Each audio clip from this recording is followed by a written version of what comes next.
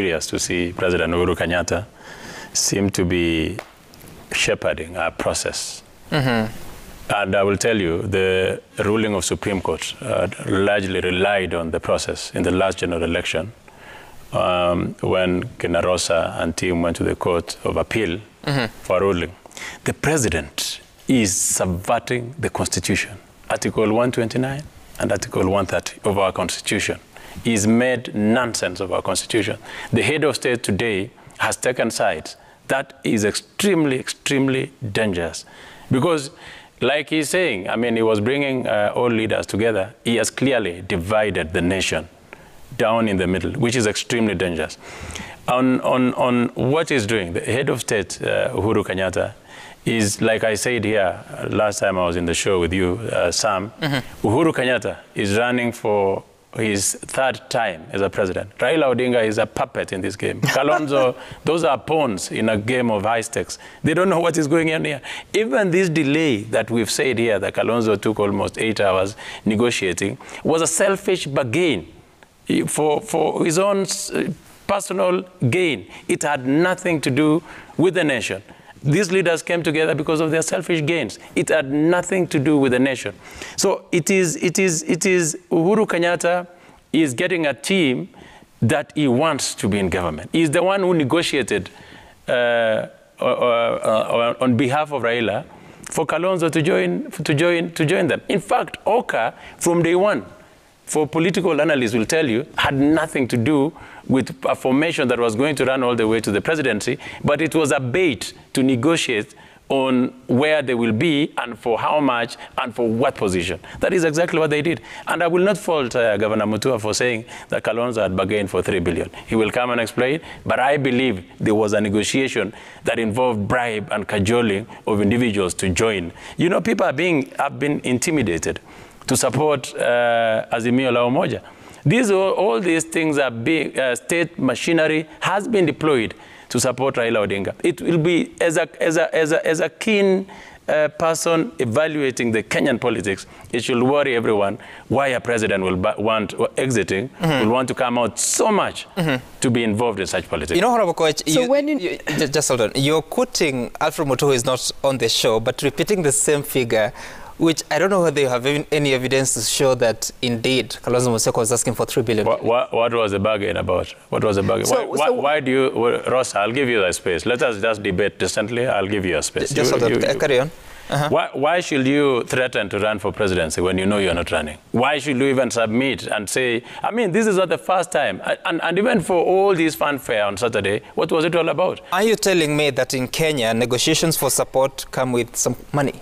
That is what Mutua said.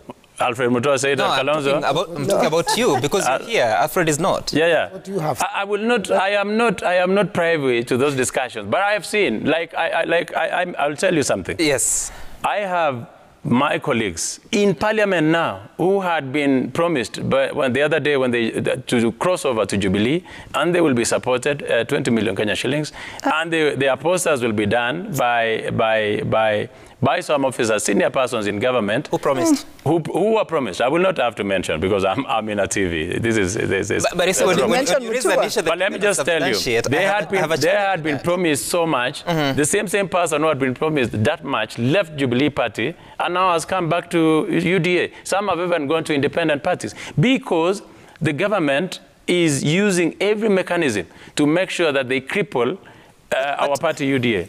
Assuming that what you're saying has an element of truth, then what does that say about a politician who is there to be given money for support? It's conmanship. That is what I'm telling you. This politics is about deceit. This politics, and that is why we have to call out leaders. I am very happy with what the Deputy President did yesterday, of calling out the leaders of we'll get to that. And Honorable Rosa, I know you have a burning I didn't finish, point. Sam. You cut me short. No, I'm still with you.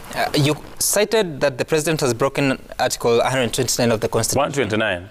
Which talks about principles of executive authority. Executive authority derives from the people of Kenya and shall be exercised in accordance with this constitution. Sub-Article 2, executive authority shall be exercised in a manner compatible with the principle of service to the people of Kenya and for the well-being and benefit. Then Article 130, sorry. Symbol of national unity. Yes, the National Executive of the Republic comprises the President, the Deputy, and the rest of the Cabinet. And the composition of the National Executive shall reflect the regional and ethnic diversity of the people of Kenya. From those two articles, which specific part do you feel the President broke and how? The President is a symbol of national unity. The President should not take sides. The President is a president of the entire Republic. The President as the executive leader of the country or as the politician? Are you telling me today that I'm not telling you. Raila Odinga is a state project? You know? Because if he is not, then Uhuru Kenyatta has no business endorsing any candidate for the presidency.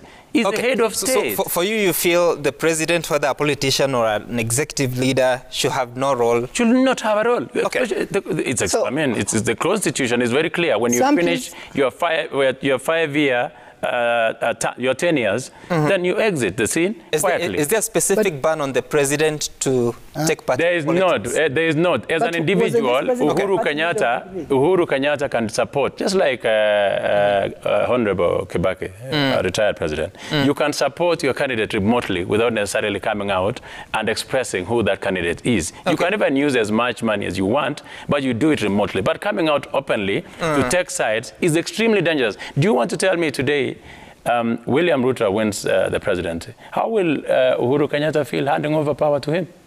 It is not going to be, I mean, we need, it is not as that symbol of national unity that we anticipated in the Constitution. There was wisdom why he needed to exit. There was wisdom even why there is a mechanism of handing over presidency from one president who was on sit and the other one that is incoming. All right. So I find that are extremely dangerous, and the process. And I say this: the Supreme Court ruling was largely on the process. The process is as good as the result. So Uhuru Kenyatta is a president already. That is rigging, and I've said it continuously. I have said it continuously. Rigging an election is not an event. It is a process. It is a process of using state resources. All right. It is a process of I hear you. And I'll get